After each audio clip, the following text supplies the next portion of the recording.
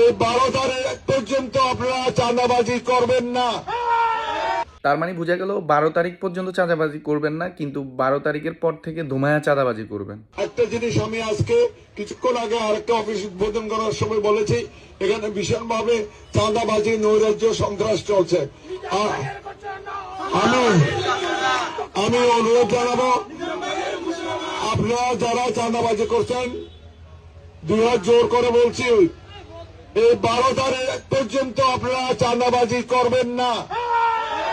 A few moments later. আমার আসনের কর্মীরা তোমাদেরকে স্পষ্টভাবে বলতেছি, এই নির্বাচনের আগে জনগণের ঠ্যাং ধরবা। এই ঠ্যাং ধরলে কোনো খারাপ কিছু না। তুমি ঠ্যাং ধরবা একদিন, আমরা নির্বাচিত হলে আমাদের ঠ্যাং ধরবে 5 বছর।